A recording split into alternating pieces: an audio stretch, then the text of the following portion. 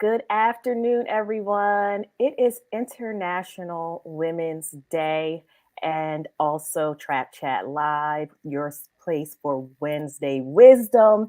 I am so excited to have a guest that I've been trying to get on the show since last year, but they are very highly sought after. So I had to wait my turn, and it's just, kismet that she's here today on International Women's Day. I'm joined by Leah Daniels, who is the Chief Commercial Officer at JobSync, has a long history working in recruitment marketing, in HR and recruiting technical positions and roles.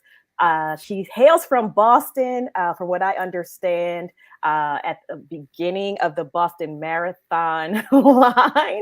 So we might get to that a little later on, but we're here to have a great conversation about all things recruitment marketing, AI and recruiting tech, and of course, Women's History Month and specifically International Women's History Day. So, Leah, if you would like to introduce yourself to everyone, please. Thank you. Hi. Hello. Nice to see you, Kirsten. Nice to talk to everyone live today. Very excited. So I, as mentioned, have been in the recruitment tech space for longer than I'd like to tell you all about. So well over 20 years, I have spent working on data at ZoomInfo, APIs and integrations at a ATS called Bullhorn. Yes. All right. So I speak fluent staffing, folks. Yes. And then a quick stint over at Monster on their software business and running product strategy for the software. And then I went to Appcast, which is a programmatic platform that helps companies buy recruitment advertising more efficiently, all of which seems to have led up to where I'm at today, which is JobSync, which is a company that integrates the ATS, the programmatic platforms, and the job boards all together so that companies can have their entire application experience on the job board. So meeting the candidates where they're at, have your jobs with all of your questions, complete applications, all the compliance stuff in the world, and then back into the ATS. All on the premise of make the candidate experience and the recruiter experience better. And I think that's going to lead us to what we're talking about today, which is recruitment marketing. Yeah. So right? For people who don't know, what is recruitment marketing? And then second part of that question, how does it differ from what people think of when they think of traditional marketing? Like, what are the nuances there?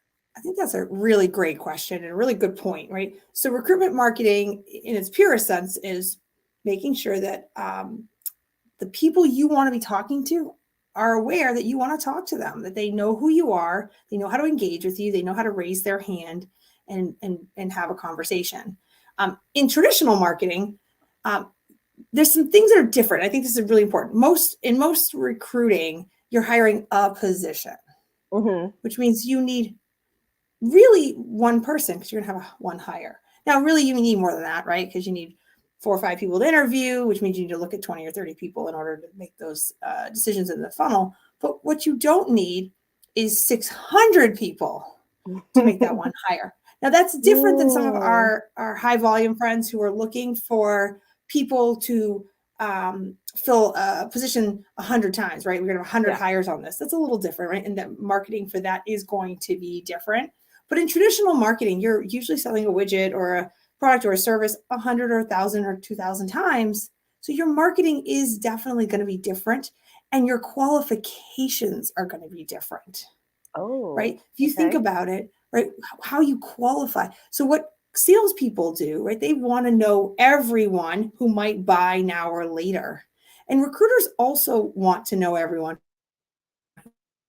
who might. Uh-oh. Am I frozen?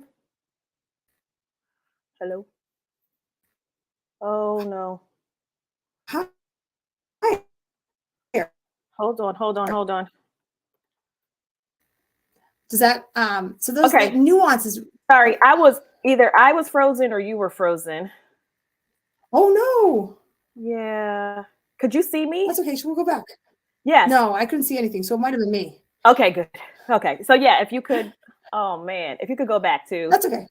To that part. Sorry about that. No, it happens, right? This is technology. We're still getting it right.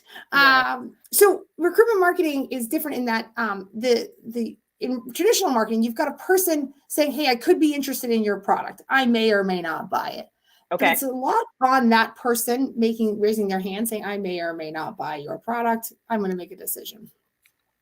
And they expect recruiters or salespeople to call them back and engage and go through the process. But they're not really offended if they don't. Like, no one gets really angry if a salesperson doesn't call them. Like, a candidate gets angry when they put effort in to applying for your job and you don't interact with them. So the expectations are different. We have a very different set of expectations on the other side. I think the other piece is I've not yet encountered a sales lead form that asks me, am I over 18? Am I food safe certified? Do I have a CDL license? Can I provide that license ID? Will you consent to a background check? You know, while we're at it, can I have your social security number? Would you mind your date of birth? Can I have can I have the name, the ID of a former employee who might have mentioned that we were a good place to work at some point in time? I mean, the questions go on and on and on and on and on. They get complicated, and I've never seen a sales form look like that, and there's a reason for that. But there's also a difference, right? In recruiting, you don't have the same person to lead ratio that you would have in sales, right? Think about it. One recruiter has how many jobs on their desk? Let's say 20. Yeah. Let's say, how many applicants do they have per job?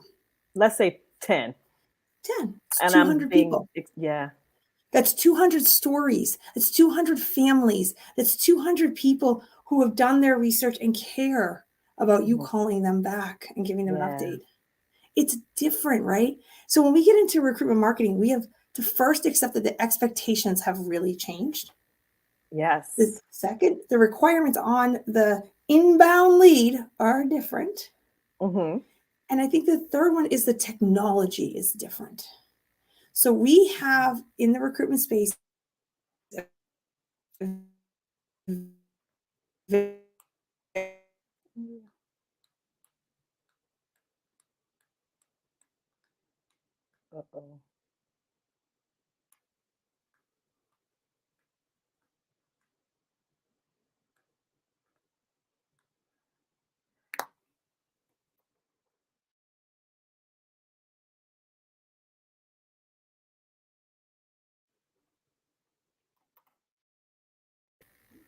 Are we back?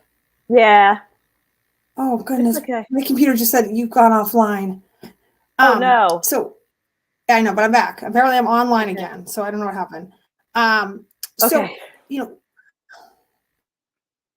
we are dealing with a set of technology that's different, right? Your Salesforce does not require you to be OFCCP, EEOC compliant. It barely makes you be California Consumer Protection Act compliant, right? We're actually dealing in a very different world. But when you roll into Workday, Workday wants you to be compliant so those reports can be filed so that your business stays above board. The expectations of a recruiter are just not the same as the expectations of a salesperson. So we have to really get comfortable with the difference there, right? Yes. Then we get to messaging. Okay. Right? Right? Because in marketing, we have legions of people who are educated in marketing and messaging and how to make sure you find the unique value proposition and get it across the team and all these good things. And this is really nascent in recruitment. We're still figuring it out. And it's almost akin to the sales organization of a young company looking at one person and saying, you know what, you're pretty smart. You can run the marketing now. Oh my gosh. Is that not what we've done?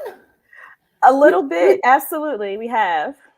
Yeah. We're like, oh, we like you. You're real smart. You have nice words. You know what? You're now in charge of recruitment marketing. And the challenge with recruitment marketing is, one, it's not a one-person job. Thank you. Right? Because there's actually two very different skill sets right out of the gate. Half of them are creative writer type people who know how to be really efficient with their words and get the message out. The second are actually technology and data people. How you make the technology work, how you look at the data, how you understand what solutions are working for adjustments for it. All of those things is really important to understand and very rarely found in the same person. Oftentimes, that's two very different skill sets. Yes. And so the expectation on the one recruiter who has now been half-time promoted to recruitment marketing and has to do both those jobs is really hard. It's a difficult request. It's almost unfair. So we are really faced with a challenge. And I think there's a reason why companies seek help for recruitment marketing and employer branding, because it isn't a like off the side of your desk skill set. It is actually a skill set you have to develop over time and look at the market and understand the trends and the progress and how to meet the buyer where they're at, how to meet the candidate where they're at. Mm-hmm. One of the biggest mistakes of staffing and recruiting and companies hiring people is they want candidates to meet them where they're at. Yes. I want you, candidate, to meet me where I'm at. Let me tell you about our great company. The first 4 paragraphs of my job description are going to be about how awesome we are. Now let's tell you about the thing you might be doing. Yeah. Right? Meet me where I'm at. And we really need to shift that. We need to change it to let me meet you where you're at. You want to apply for a job and the way you want to do it as a text message, then we should let you do that. The way you want to apply for a job is on Indeed, on Easy Apply. We should let you do that. The way you want to apply is through an email. Honestly, like we should let you do that. We need to figure out how to give candidates the power to raise their hand the way they want to raise their hand. I call that the platinum rule. You guys know I love it. You know, I'm anti-golden rule. Treat people the way that they want to be treated, not the way that you want to be treated. And or the way you want to treat them. Right? Right? That's what we're doing. It is. It is. So it's. I have up here, you know, something that I think is profound. People can choose to disagree with me, but hey, I have the keyboard. So recruitment marketing is not a one-person job. So when I think about this, I think about, you know, the iterations of employer branding, talent attraction, recruitment marketing, you know, all of these, whatever we're calling it that day, that's kind of the same thing, and where it's landing in the funnel. So my question to you is, does it make sense for talent acquisition organizations, when it's possible, you know, when they have the resources to do so, that there should be someone inside of the organization or someone's inside of the organization who is dedicated only to the marketing side of it and not the other parts of TA? Yep. I mean, it's sort of akin to saying business making more sales this year is like paramount to our success. Mm-hmm. Right? We must hire X number of people for us to be successful. We would never say business, go make all these business sales, but do it without marketing. No air cover, no one-sheeters, no product pages, no sales deck. You get nothing. Good luck, sales team. Grow that business. Yeah. Right? We wouldn't do that to our sales organization, but yet we do that to our recruiting organization. We absolutely do. Yes. Right. So I think it's interesting. And a part of it is, I think the recruiting organizations have done themselves a disservice over time and not managing to really own the success of the people they have hired. We've not done a great job collectively. I'm not saying individually, but collectively at saying, look at, our team hired this group of people and they were responsible for adding $30 million this year that we didn't expect. That was us. We did that. We own some of that. It wasn't just the developers being amazing. Not that they weren't, but we own some of that too. Marketing always takes credit for any deal sales sells that they got to touch or influence. But yet here we are as recruiters being like, I know we did a great job. I'm so happy that you're happy. We're happy. We're all happy. But we didn't say, hey, no, that money that came off that person after that project, after that awesome salesperson, we take some of that credit too. You need to make sure you see that. And I think that because we don't have that mentality, it also means that we don't make the argument properly for the resources we need to be able to continue to deliver at a high level. You cannot compete at scale in recruiting with both hands tied behind your back, with compliance left, right, and center, with your legal team in the middle of everything, and not have some support on how you get your word out, your employer brand, having people pay attention to Glassdoor and what's being said and respond appropriately. If we're not paying attention to these things, we don't realize how they are impacting candidates' view of us and whether or not they're finishing that application process. because an unfinished application is also a candidate we don't get to hire. Is JobSync a tool that would even track like how many people are not finishing your application? So it's interesting. We work with it in tandem with the job sites. So the job Okay. sites often know the clicks. I know the applications. So you put the two, you math it Together. together, right? Gotcha. This is why we need those recruitment marketers with the math skills and the Excel skills, because you do have to tie those two together to get a real understanding of what our completion rate looks like. With that said, the data is out there around the ATSs. Everybody knows the number of people that land on your career site versus the number of people who actually finish. And those numbers are sad, right? We're looking at 95% abandonment rate. Sad. They're sad numbers. 95 out of 100, we're like, nah, that seems hard. I don't care that much. Wow. People who 2 minutes ago were like, oh, I'm really interested in this job. I could want to work for you. Like, we could be friends. And now I don't want to finish raising my hand. Like, that's bad. And so when you look at how do you meet candidates where they're at, one of the things that we look at, right? How do we meet candidates where they're at? You see numbers that are closer to, and this is still sad, 85% abandonment, which is still bad, but it's 3 times better than where we were dealing, right? So if you get 15% to finish, and some group in the application process should fall out, right? Yeah. If you ask certain questions, you want them to self-select out. Yeah, they should go, oh, I need a nursing license in Alabama and I live in Tennessee and I don't have that. Correct. You know what? I'm gonna opt out. This is more than I want to do. But we want to see that. Well, we want to see them self-select out of a particular role, not the entire company. Yes. And the entire job searching, thing in our job on our careers page. So I appreciate that. And I also think that there's a difference, and correct me if I'm wrong, because I'm not a marketer, but I do think there's a difference between what the overall company's employer brand is, and then the stories that recruiters should be sharing, telling, and promoting. And a lot of times we only get those generic things where, like you said, a salesperson is normally getting something for a product, so for something tangible. So they have, things that are exclusive to them. If they're selling a widget, if they're selling a software, they know everything about that software product, and they have things that are unique to what they're selling. When it comes to what they do for recruiters, a lot of times, a lot of companies will only give you, this is why this is a great place to work. Not, overall for everybody. So we put some pictures up of some diverse candidates, some diverse employees, or some stock photos. There it is.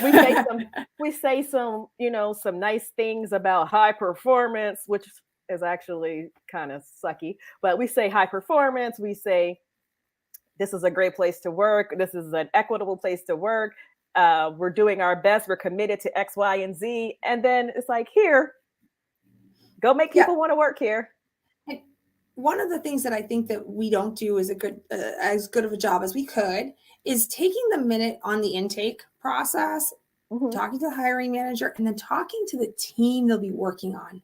Tell me why this team, because the reality is people don't really want to work for your business on day one. They want to work for a better manager, a better team.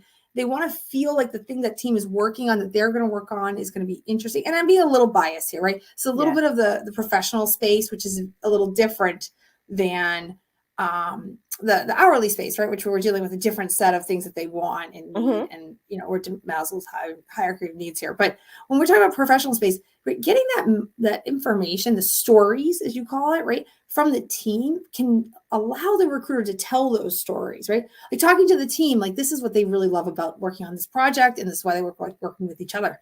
There's something really genuine about that. Even if they're not on the team per se, as the recruiter, they're telling sort of the story of.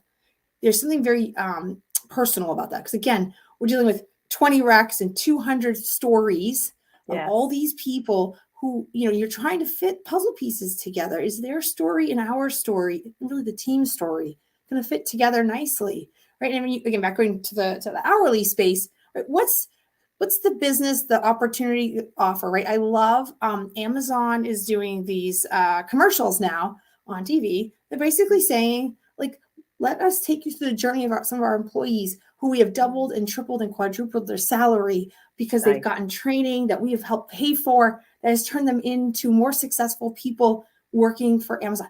That is a story. That is a story someone goes, I want to go and make 4 times the money I'm making today. Like, I'm interested. This is a story that can be compelling for me in my life and my family, because I do not work because I love working for you. I work because I want to feed my family, because I want better for my children, because I want to rise above. Like, I work for a certain passion, but it's probably not your company. Right. Yeah. That's secondary.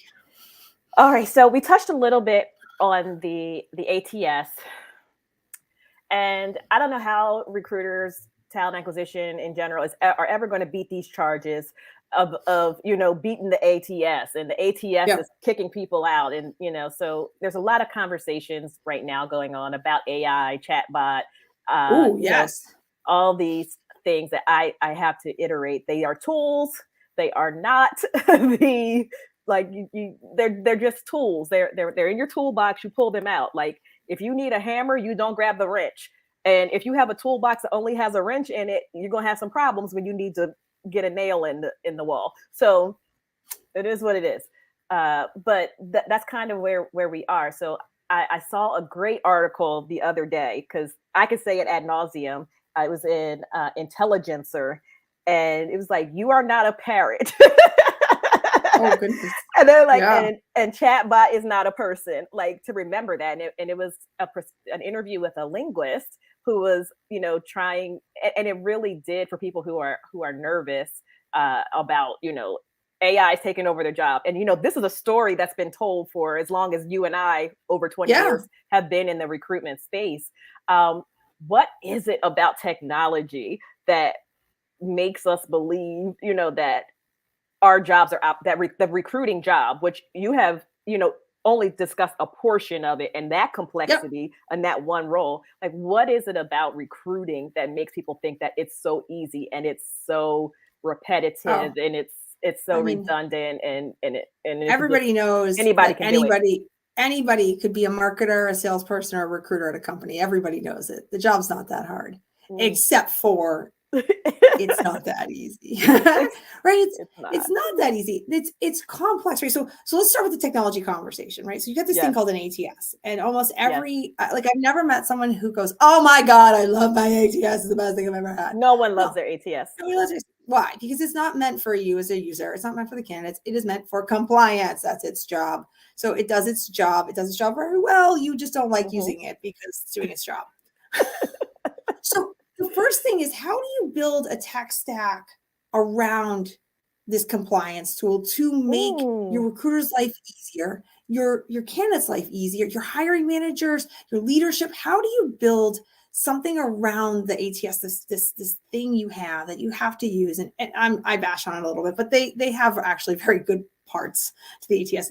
How do you stack around it, right? And you have to start doing it from the point of view of your business. What is the business process? What are the business goals? What are the business problems? How do we solve for our business, not for the reason they built that tool? And that's the first piece, right? Companies selling tools love the tools they've sold. They love them. That's okay. I get it, right? So they have a little bit of a myopic view of the tool, and they are really excited to share it with you, company. And you as a company have to be really good and discerning and saying, that use case isn't our use case, or that use case is our use case. Okay, let's talk about it. Let's go down the road. Let's understand a little bit more about how this can work together. So first, you have to solve that problem. Then we solve the next layer, which is technology continues to evolve, and we're now getting further and further into the AI space. I think in recruiting, we're still at like lowercase AI, not so much uppercase AI, right?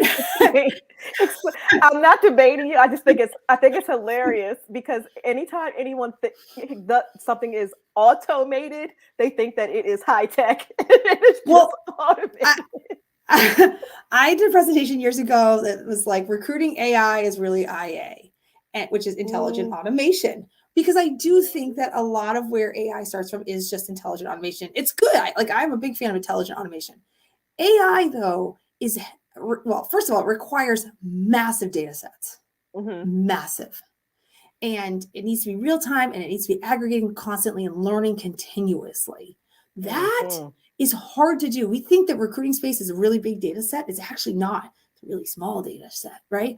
There's 10 million open jobs in the US market at any given time. That's actually not that many. It sounds like a really big number. From a data science perspective, it's actually a very small now. So there's that problem, right, where we just don't actually have as much data to do true good AI as we would like. So it's something of a hybrid. It's a lot of intelligent automation with a little bit of sprinkling of AI in there, machine learning that's getting better and figuring out some things. But I think as recruiters, as we fear for our jobs, I actually think we should be thinking to ourselves, embrace the intelligent automation, because so much of what we ask recruiters to do is silly, manual, non-value added. Oh God, why do I have to do this? Why am I dispositioning 200 candidates this afternoon? Work, right? What we want to do is really empower recruiters to do the thing that's important. Tell the story, make the connections, find the stories in their candidates, find the place that makes them passionate, match them, do the matchmaking. That's going to be really hard to replace, I think. Yes. With a little lowercase AI. I was so invested in what you were saying that I didn't type any of that up, but I am definitely going to have to get some help from someone who is possibly on this live right now, Alex. Alex, to take this little piece and share it out, because that is very important information. Like everything you've said has been important, but that specifically is important. Torrin Ellis says, "You're speaking that gospel." Yes. Woo!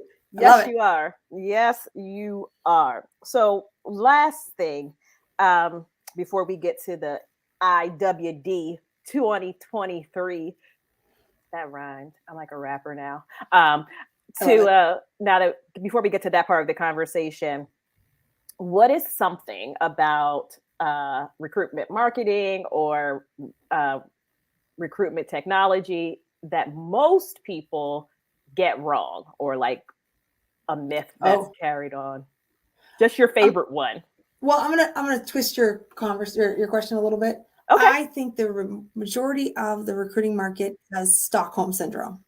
I think we all have Stockholm syndrome. I think we have all been convinced that, like, the best we're going to do is write a good job description with 16 bullets and 3 benefits and all this nonsense, and we're going to get whatever we're going to get. We're going to get 100 clicks, and we're going to get 3 applicants, and then we're going to have to go to the sourcing team and beg. And like, I think we've been convinced that the way it is the way it is. And all the innovation that I see, well, not all, but much of the innovation I see is picking up pennies. How do I get from having that 5% completion rate to 5.5%?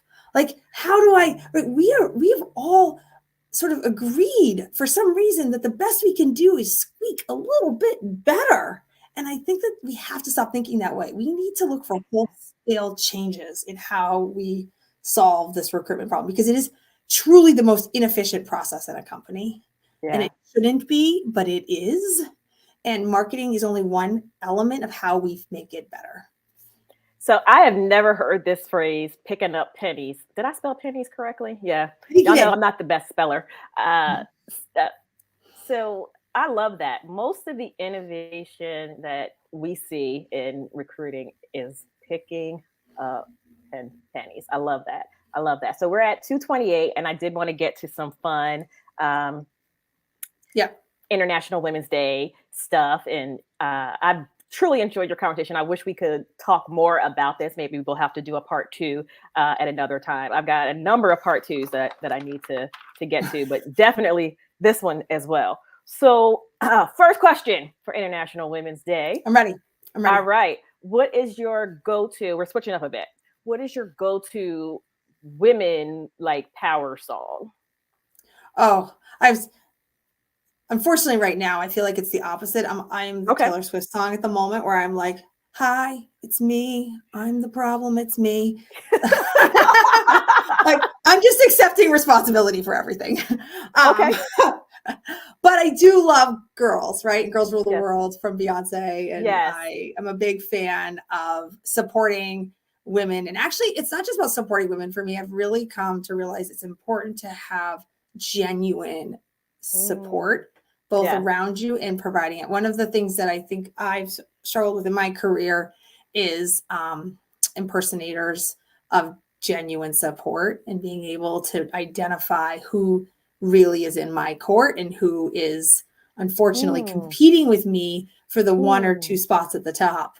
Right. And that has always been a challenge for me. So I have been, really focused on the genuine component of women supporting women. And because I just find that there is so much of it where you find yourself in a position where you're not being actually supported. So my next question was going to be, as you are at the executive level, you've been a senior vice president, you're now a chief commercial officer. So is that your advice to the younger generation of women to find that support, or something else that you'd like to add?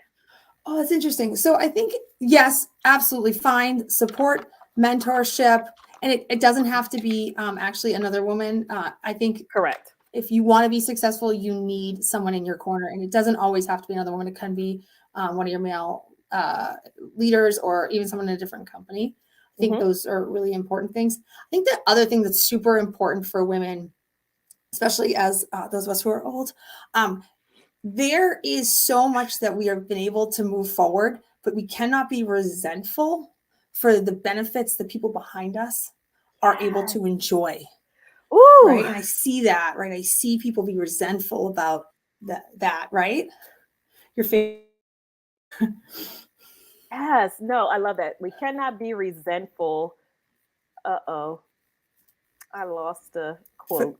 For the things that people have. Oh, we cannot be resentful for the benefits that people behind us get to enjoy. Okay. Right. And that is a big one, because I think it's easy for you to say, God, I worked so hard and look at how easy it is for you. Because the reality is the women's movement is a 30 or 60 year movement further. We're 114 years into this. Yes. Right. We're not there yet. So we're at least another 60 out based on my rough math. And it all starts in kindergarten and a little bit in that first. Okay.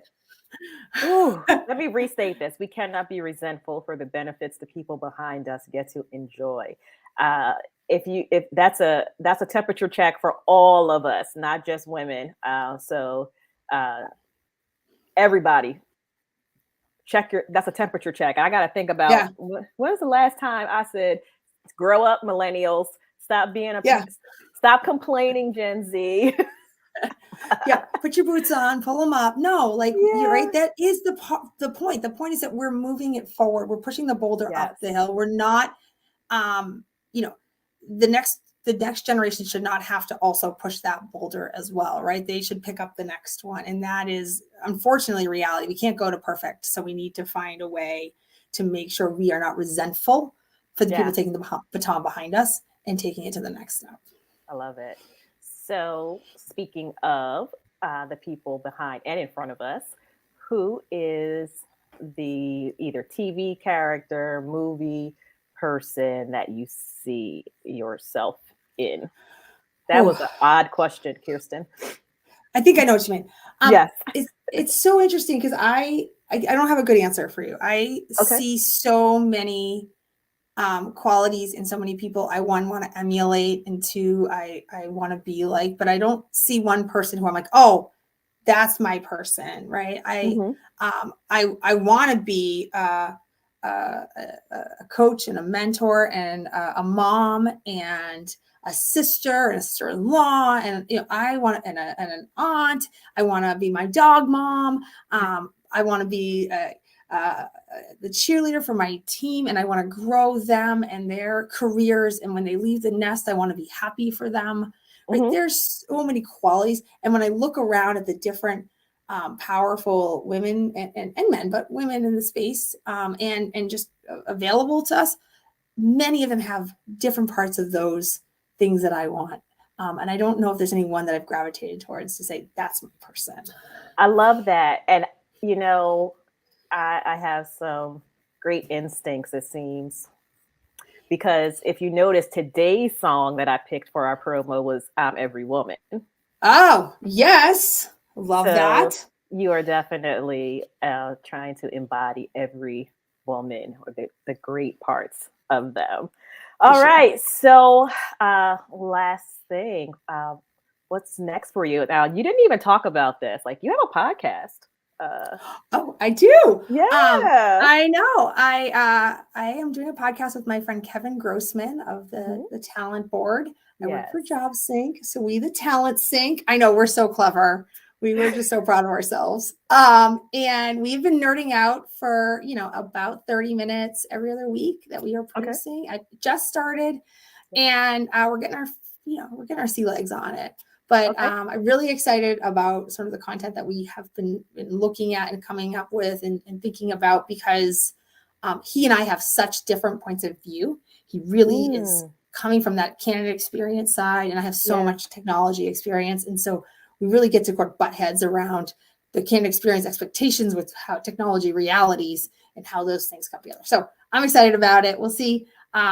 We have another one coming out. We just had one come out Monday. I think we're recording again on Friday. So every Okay. 2 weeks, Uh-oh. on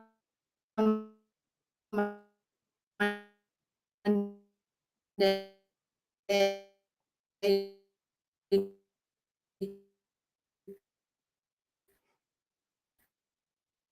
You are frozen again.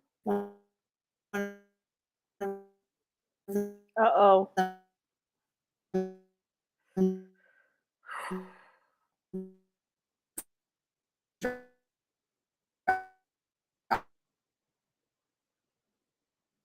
Oh, oh no. Hello? Hmm. I'm going to give her a second, see if she comes back. So, drop in the comments how you are going to embrace equity uh, for women's. Ah, here we go. International Women's Day. All right. Yay. Welcome back. Sorry about that. The internet has No problem. decided No to leave my problem. house. All right. So, tell us where we can find your podcast because I think that's when it Um, froze. oh, yeah. I am the worst person for this question.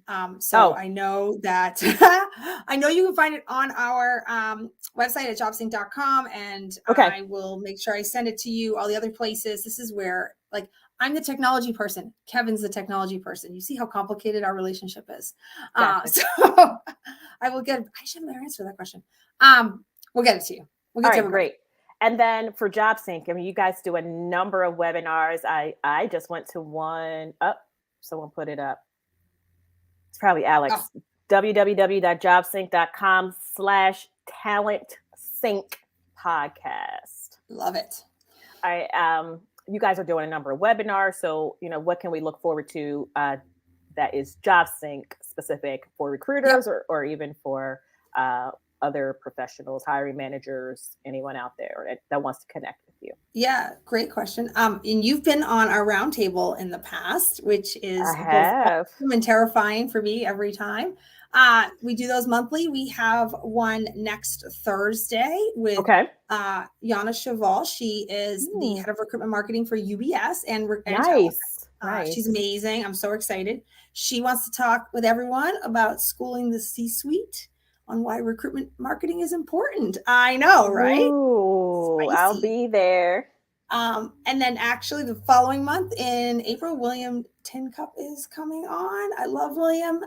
It will be, if nothing else, hysterical because he's so funny. And we are going to talk about expectations, and what it's like as a talent leader, hiring managers, candidates, recruiters, leadership. None of those things align. How No. do you manage through it, right? How do you create an environment in which everyone can be successful when the expectations are so wildly different? And So can they see some of the older ones on your Alex is yes, right there for it. She's all over put it. up the registration. So they can see the old ones too. Yep. Great. All the history is up on the website. Absolutely download it, take a look. Everybody's cameras live, mics live. Like I said, terrifying for Yes. me, but so much fun. Lots of engagement from the audience, which I always love. And then we do webinars occasionally. We did do one last month on compliance. I know the most exciting topic in the world, but it was really No, great. it was good. It was good. I was there, and I was live tweeting. Some of that is my friend bias with some of the folks who were on this show, but still, it is what it is. So it what was is the this? most Watch entertaining. Pearson on the round table here. Are you Oh, there you sure? are. Oh, That's wow. you right there. Building your personal brand as a recruiter. Yeah, I love recruiters. They don't all recruiting, but recruiting doesn't always love me. So that's another thing. Sounds about right for recruiting in general. Right. I wish we had more time, but Leah has a actual job that she needs to get back to. And I know that you guys want to get back to your day as well, celebrating International Women's Day. Again, the theme this year is embrace equity. So put a question up on my LinkedIn. How will you embrace equity? I invite everyone to either respond here in the chat, on LinkedIn, on Twitter, YouTube, Facebook. Answer that question, and then come back next week for another Women's History Month edition of Trap Chat Live. I will be joined by one of my very dear friends, Dr. Kimia Nuru Dennis. She is a diversity, equity, and inclusion justice warrior. We have so much fun. We may not even, I can give her 15 questions and we may not even get to one because I never know what's going to happen when I get her, when I start talking to her. But I will tell you this, is going to be a lot of information and a lot of insight provided. So please do come back. Thank you again, Leah. And we'll make sure you guys tune in to next Monday for Talent Sync, and then look out for next month's webinar. Roundtable. Sorry. That's okay. Yes, next month's roundtable as well. See you guys. Thank you. Thank you.